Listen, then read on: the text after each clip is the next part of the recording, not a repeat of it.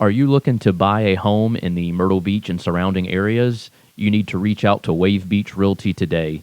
Wave Beach Realty has been around since 2013 and is a local family-owned company. We specialize in investment properties, single-family homes, multifamily, and condotels. Call Wave Beach Realty today at 843-957-3872. That's 843-957-3872.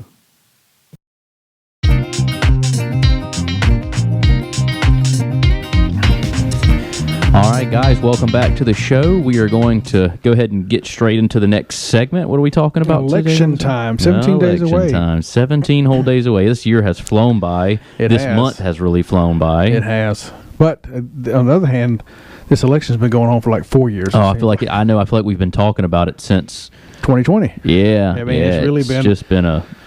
So what are you seeing?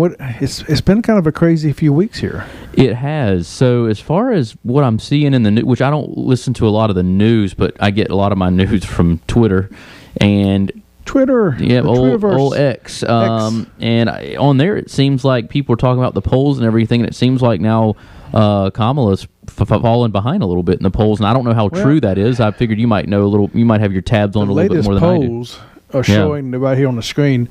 Nationally, Harris is up by 2, and the one that we got, these are kind of old. These are 3 days old. Right. So I'm not sure what the latest ones are. But nationally, by Tip Insights, Harris is up by 3. Trump's up by 3 in Georgia. I really don't pay attention to national because it really doesn't matter. Pennsylvania's tied. Yeah. In this one, Florida, Trump's up by 6. I'm surprised it's not more than that, actually. Right. Arizona, Trump up by 5. That's kind of surprising. Wow, yeah. Pennsylvania, this one's having up by 2. This one was done on the 11th, though. Right. Georgia by 1 on the 11th. Wisconsin, a tie. That's kind of troublesome to the Democrats. Yeah, that's wild. And that's a Wall Street Journal. Again, that was the 11th, so that's over a week old. Pennsylvania, Trump up by 1. So there's a lot of things pointing that way. If you remember, in 2016, the polls were completely wrong. Right. And then if you look at 2020, even though Trump lost, his poll numbers were still too low. Right. The pollsters have said they've corrected for that, but I don't know if they can. As being a stats teacher, just a basic stats, I'm not advanced statistics, but basic stats would say if you can't get people to answer a question, you're not going to poll them right. And most people are scared to tell people they're voting for Trump. That's true. You do have a lot of that. Yeah, you do have a lot of that, especially your people that are your independent voters and people on the fence. They're the ones that your diehard Trump voters will tell everybody. Oh yeah, definitely. And your liberals will definitely say Kamala all day, no question. I'm seeing more and more people do that. You saw last week where Obama was in, I don't know where he was at. Was it Pennsylvania? Maybe. And he's trying to drum up the vote, and he's calling out certain segments saying they're not voting enough. And I actually seen backlash from that. People saying, you're not telling us how to vote. We'll vote like we want to. Right. Yeah, that can definitely backfire if you're calling people out like that and saying, hey, listen, you need to get out there and give us our votes. It's like, well, actually, now you're not going to get it. Yeah. So I don't know how well that's going to work. But, yeah, it seems like they're both out hitting the trails pretty hard. Kamala's out there doing her thing, freezing in front of teleprompters and just going off script. And it's kind of nasty. You've heard all the scuttle in the background that Biden doesn't like her anyway, and he's trying to hurt her. Yeah, he's like having events the same time she is to pull away from, I guess, the views. And and she's out there like, I'm going to make the country great again. That's what I do. I come from a middle-class family. Yeah, did you see SNL last weekend? I can't believe they made jokes on her. I didn't think they did that. I know. I didn't think they were allowed. I thought that was like a no-no, like you talk crap about Trump or whatever and run your liberal skits. It used to be in the 80s when SNL was kind of funny. Back in the 70s and 80s, they'd hit both sides. Right, yeah. And then, through the 90s, I guess a little bit, and then by the time we hit 2000, it's just like you only do one side. But, they've been hitting her pretty hard. Yeah. I watched that skit they did last Saturday, and, I mean, they made Trump look kind of dumb, and other people in his family, but they didn't really hit him that hard. Not as hard as they usually hit him, but they hit the Democrat side really hard. Yeah, I'm surprised by that. It's interesting. It's really interesting. It's like the tide's turning. It seems that way, and it's affecting the local real estate. I know we already talked about real estate, so I'm not going to get big into that, but it just seems like people, I don't know, it's like people are like, okay, they're having a little more confidence. They think that there's really a chance he can make this happen now.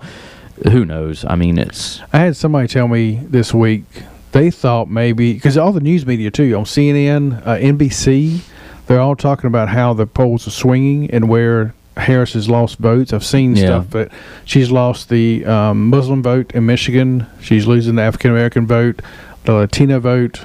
All these people, you've seen these commercials about real men vote for Harris. Right? Oh yeah. They had Jennifer Garner out there saying they had Jennifer Garner. They got your boy Bryan Cranston out here now. It's interesting. It's really.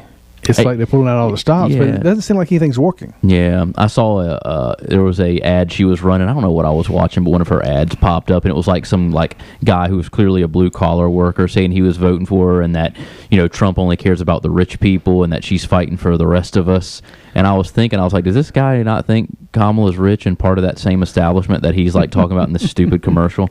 It was interesting, but yeah, I'm seeing a lot of her ads pop up like on just regular when I'm watching football or anything else. And I'm like, I see it a lot on sports. Yeah, they're spending some money on her. And I go on YouTube and I'm seeing all kind of stuff. I mean, it's all over the place, but I don't think any of it's working.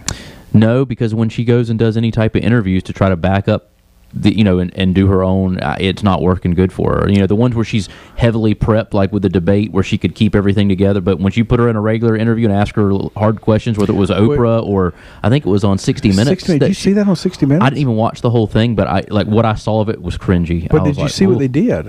Well, they were like kind of being tough on her, right? No, they did. I'm not sure of the story. I've seen the two clips, but I guess they aired a teaser earlier in the day during a football game or something. And it was kind of a drawn out teaser, and they asked her a question. I think it was about the Middle East or Israel or something. And she gave this long, one of her wordy answers, all the way through, and you still didn't know what she talked about. When it aired that night, they re-edited it and had her answer it. So I guess from another question they had asked her, and not even about that, and she answers it matter of factly in just a short amount of time. Yeah.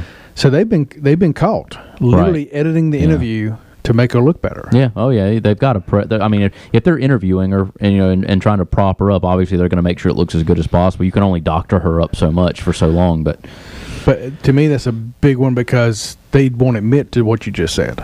They say, "Oh, we don't know. We're journalists. We would never do that." And now we have a literal physical evidence. Yeah. We had it before, obviously, but this one's pretty blatant.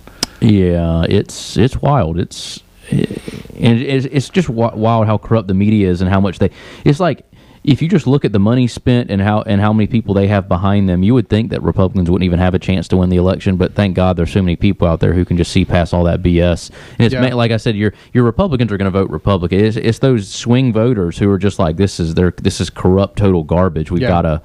And I think a podcast and all that are really helping those people. I think that's driving the elites, not only the Democrats, Republicans too. I think it's driving the elites crazy. What we're doing right here is driving elites crazy. Right. Two guys who just decided they want to get on a radio show and then a podcast. Yeah, they don't like that. What we want. They don't like real free speech like this. Yeah. And I think what they should be worried about, the elite should really be worried about assassinating P. Diddy before he comes out and tells them about all them parties. Because that's what's going to damn all them, where nothing they ever say again will matter. But he'll be dead in no time, I would imagine. I'm not condoning the death of anybody, but they're going to Epstein that man, or they're going to silence him somehow. That's what they should be worried about. The elites. Epstein killed himself, right? Assisted suicide is not suicide. Assisted suicide is not suicide. Yeah, he got a little Kevorkian treatment by the Democratic Party. Yeah, I'm just spitballing here, but there's not enough evidence there to lead me to believe he just decided to kill himself. But I think you're right, because I see more and more different parts of society that usually didn't voice their opinions, especially on social media and all. You see people who didn't usually have a voice now are getting a large voice. Yeah. I mean, people like Officer Tatum. I don't know if you've seen him or not. Yep. And obviously they tried to silence Tucker, and he's got his own platform now. Yeah, and he's touring the country right now doing large speaking events. Yeah. Trump's going on Joe Rogan. That's huge. I can't wait to see that. Yeah. They promised it's supposed to be before the elections. Oh, I'm sure it will be. And Trump what I like about Rogan, he'll ask Trump like legitimate questions and be like, listen, that's not what I asked. I want you to answer it like this is what I'm. So I think that'll be really interesting because Rogan's a really good interviewer. He listens, he asks the questions in the right way, and he's able to. He really responds well when somebody answers and gets them to elaborate. So hopefully Trump will just be in in the game and like answer like down the line instead of kind of going on his tangents. I didn't recognize the podcast he was on there. He announced he was going on Rogan. Did you see that one?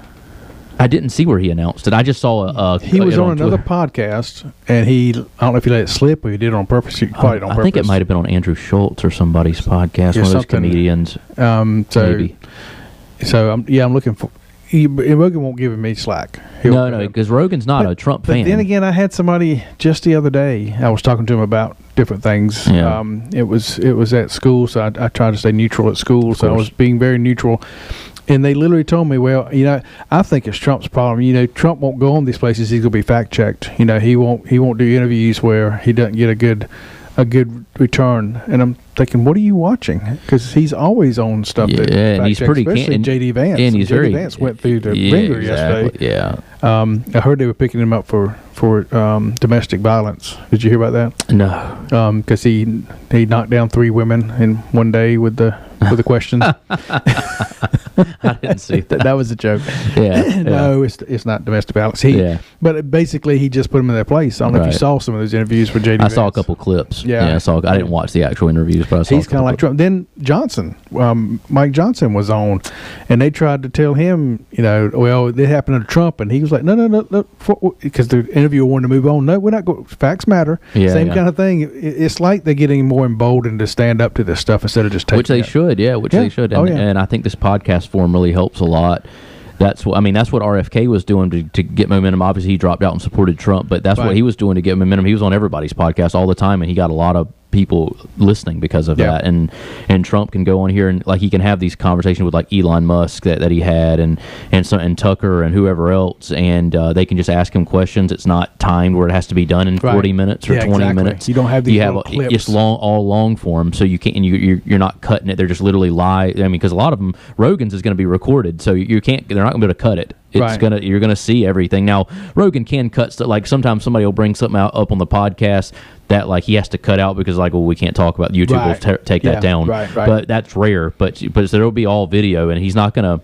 He's not going to hide. And Trump is going to know going in there because I'm sure his team meets with Rogan and says, hey, this is, and Rogan's going to be like, listen, this is what I'm going to do, and either come on here or I'm not. I mean, he's not going to be. And I would think they already passed that negotiation if Trump said I'm going. Yeah, I'm sure they. Yeah, I don't see Trump backing down from a lot though.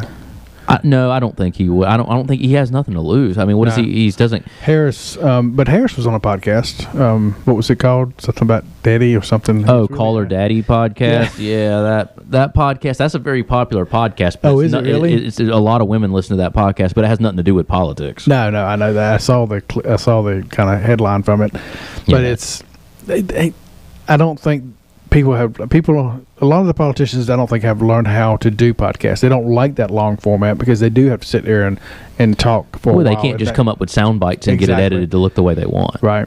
Yeah, so I think that's the best way to do it. You should be able to just sit down and have actual conversations with people. And honestly, I wish they weren't even prepped for the questions. I just sit down. I'm going to ask you some questions. I would like that. Yeah, that's just better. On the fly. I don't want you to have time to prep and type up an answer that you want everybody to hear. I want to see how you really feel about something. So, I think the Trump interview will be really good. I'll be curious to see if Rogan comes out and supports him because Rogan's definitely a libertarian. He's very liberal. Yeah. There's some things he's more conservative on for sure, but he definitely doesn't like where the left has gone, and he's definitely not part of that woke. He can't stand that. So. Yeah. I wouldn't be surprised if he came out and supported Trump. It would be a very loose, like, hey, it's the necessary of two evils type thing. Yeah. But I know he's not going to support Kamala no matter what. It's interesting. We're almost out of time for this segment. We hadn't got to kind of the layout of the election yet, so let's take that to podcasting because I want to get your impression of the Electoral College. There's a lot of push now. In fact, I think Walt said he wanted to get rid of it. I think it was one of the quotes from last week. Yeah. I actually had a great discussion with a bunch of students a few days ago about it, and really they had no idea why we have it. Right. So I'd like to look at that and get your impression on that on the podcast. Okay. Yeah, and absolutely. I'm sure there'll be a couple other topics. Yeah, well, let's switch over to the podcast. For everybody, we are video recording this one, so if you're listening on the radio and want to see this on the on YouTube, hit us up on there. You can check this out as well. Sounds good. All right. Are you ready to get your financial picture in focus? Then give me a call at Clark's Financial Coaching at 803-736-3675. 803-736-3877. That's 803-736-3877. Or reach out to me by email at coachwestc@gmail.com. coachwestc@gmail.com.